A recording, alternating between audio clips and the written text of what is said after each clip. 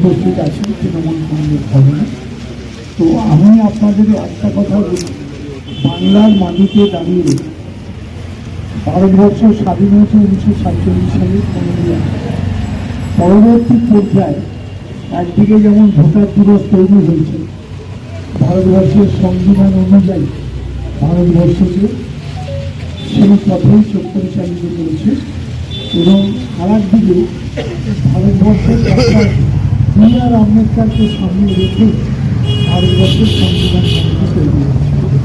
আর B.R.. আম্বেদকরের সামনে রেখেই এই সংবিধান কমিটিতে ভারতবর্ষের ধর্মনিরপেক্ষতা, ভারতবর্ষের গণতন্ত্র এবং ভারতবর্ষের দিক নির্দেশ করেছিল। এই কথা সত্য।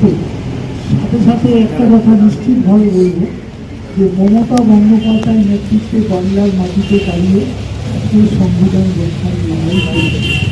তো আমি আজকে কন্যাপতিকে সকলকে আবেদন করব, আসুন ভারতবর্ষের মমতা বন্দ্যোপাধ্যায়ের কর্মসূচি বাংলার সর্বস্তরের মানুষের সহযোগিতা আমরা যাতে সংবিধান রক্ষা করতে পারি সেই পথেই আমাদের নমস্কার, ধন্যবাদ।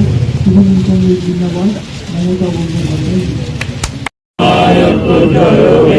भारत भाग्य विधाता पंजाब सिंधु गुजरात मराठा द्राविड़ उत्कल बंग बिंदु हिमाचल যমুনা গঙ্গা উচ্ছল জলধি তরঙ্গ তব শুভ নামে জাগে তব শুভ আশিস মাগে গায়ে তব জয় গাথা জনগণ মঙ্গলদায়ক জয় হে ভারত ভাগ্য বিধাতা জয় হে জয় হে জয় হে জয় জয় জয় জয় হে जय हिंद জয় হিন্দ वंदे मातरम বন্দে মাতরম জয় বাংলা জয় বাংলা